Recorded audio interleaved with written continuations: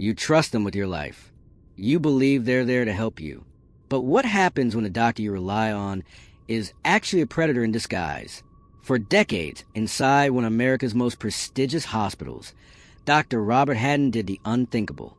Hundreds of women, girls, mothers, even women in labor, walked into his exam room as patients and left as victims. And the institutions sworn to protect them? They knew. They covered it up. This is the story of a monster hiding in plain sight. Welcome to Vic's True Crime Stories, where the darkest crimes meet the light. Subscribe now and let's uncover the truth together. Dr. Robert Haddon wasn't just any doctor. He was an OB-GYN at Columbia University Hospital, one of the most respected medical institutions in the country. To the outside world, he was a trusted physician, a family man, a pillar of the community. Women came to him during their most vulnerable moments. Young girls getting their first exams, pregnant mothers preparing for childbirth, women seeking routine care. They placed their trust in him, and he betrayed every single one of them. His crimes didn't start out extreme. At first, it was small things, questions that felt too personal, touches that lasted a second too long. But over time, he grew bolder. He performed exams without gloves. He assaulted women while they were in labor. Some survivors later described the worst of it, the way he would lick them during examinations, as if they weren't human beings, but objects for his own twisted pleasure. And here's what makes it even worse. This wasn't some secret he kept perfectly hidden. Nurses saw what he was doing. They reported him. One nurse later testified that she had witnessed him assault over 100 patients in just 6 years. 100. And yet, Columbia University did nothing. No investigation. No suspension. They let him keep working, keep seeing patients, keep ruining lives. For 20 years, he got away with it. 20 years of women walking into his office, unsuspecting, and walking out with scars they could never fully explain. 20 years of silence, of shame, of being told they must have misunderstood, that this was just how medicine worked. But in 2012, something finally changed. One woman, one brave, furious woman, realized in that moment what was happening to her, and she decided she wasn't going to stay quiet anymore. Because this time, he picked the wrong victim.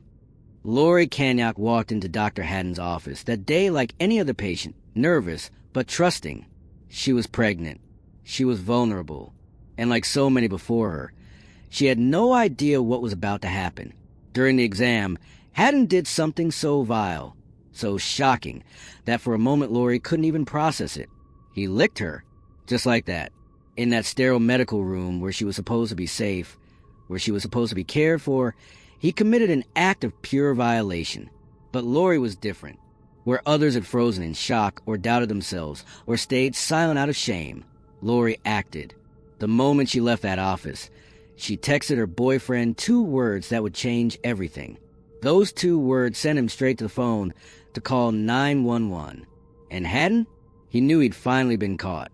The panic set in immediately. He left Lori a voicemail, his voice shaking, saying, "I think I made a mistake." That wasn't an apology. That was the sound of a predator realizing his game might finally be over. But here's where the story takes an even darker turn. Even after his arrest, Columbia University let him return to work just days later. Let that sink in.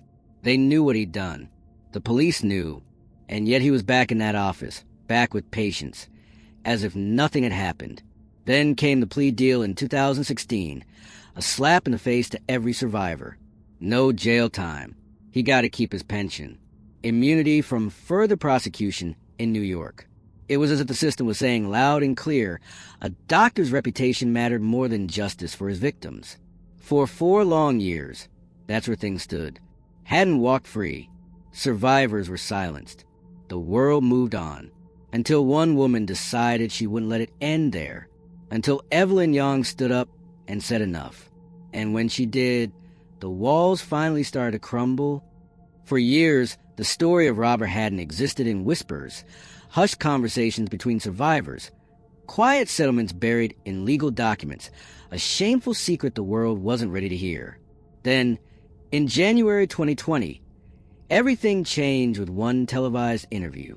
Evelyn Young, wife of former presidential candidate Andrew Young, sat down with CNN and told America something shocking. "I was one of Haddon's victims, too." The moment those words left her mouth, the dam broke. Here was a high-profile woman, pregnant at the time of her assault, saying what so many had been afraid to say.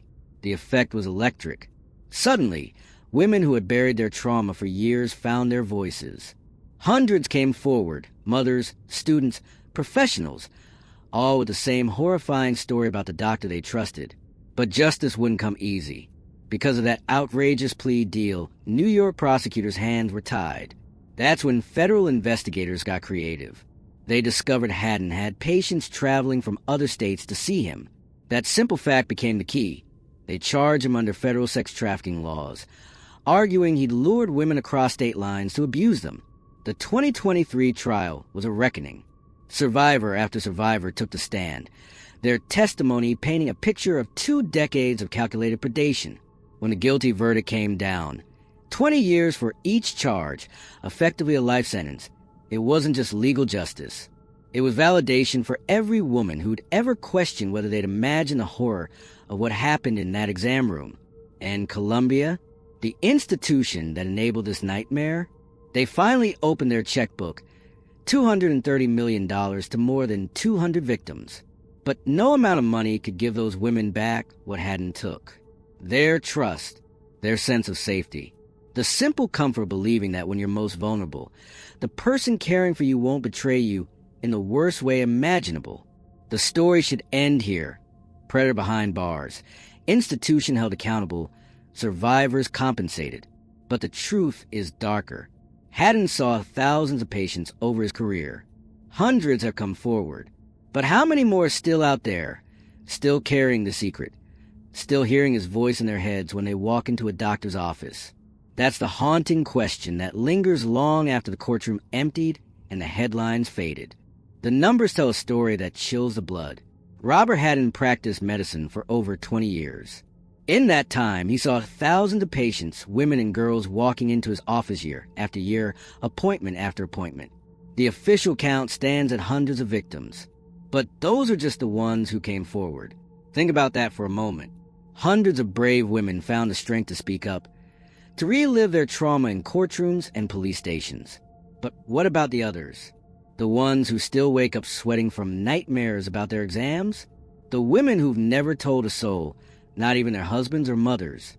The ones who convinced themselves it must have been their imagination? Experts who've studied cases like this estimate the true number could easily reach into the thousands. And here's the truly sickening part. This wasn't some lone predator working in isolation. The system protected him. Columbia University ignored warning signs for decades. Nurses who spoke up were brushed aside. The legal system initially let him walk away with nothing more than a slap on the wrist. How many women could have been spared if just one person in power had done the right thing when they first suspected something was wrong? This is why the survivors keep fighting. Not just for themselves, but for every woman who's ever been violated by someone they trusted. They're pushing for laws that close those dangerous loopholes. They're demanding hospitals be held accountable when they protect predators instead of patients. Most importantly, they're sending a message to every silent victim out there. What happened to you was real. It wasn't your fault. And you're not alone. Because the terrible truth is, Robert Haddon wasn't special. He wasn't unique. There are other doctors like him out there right now, hiding behind white coats and smiling faces. The only difference? Their victims haven't found their voices yet. But if this case has shown us anything, it's that when one woman speaks her truth, hundreds more will follow. And that's how real change begins. As we reach the end of this horrifying story, we're left with uncomfortable questions that demand answers. Robert Haddon sits behind bars now, but his case was never just about one depraved doctor. It exposed something far more disturbing: how easily our most trusted institutions can become hunting grounds for predators when people choose silence over action. Think about it. For 20 years, women walked out of Haddon's office with their dignity in pieces. For 20 years, nurses and colleagues saw the warning signs. For 20 years, Columbia University looked the other way. How many lives could have been saved if just one person in power had shown the courage to act sooner. This is why stories like this matter. Not just for the justice they bring, but for the uncomfortable mirror they hold up to society. How many other Haddons are out there right now, hiding in plain sight? How many victims are still suffering in silence because they fear no one will believe them? If this story has affected you, know this: you're not powerless. Share it, talk about it, because awareness is a first step toward change. If you or someone you know suffered at Haddon's hands, help is available. To everyone watching, your voice matters too. Tell us in the comments. Should Columbia University face criminal consequences for their role in this decades-long nightmare? And if you want to help us expose more stories the world needs to hear, hit that subscribe button and turn on notifications. Together, we can make sure no predator hides in the shadows forever. Remember, the greatest weapon against evil isn't just justice after the fact. It's vigilance.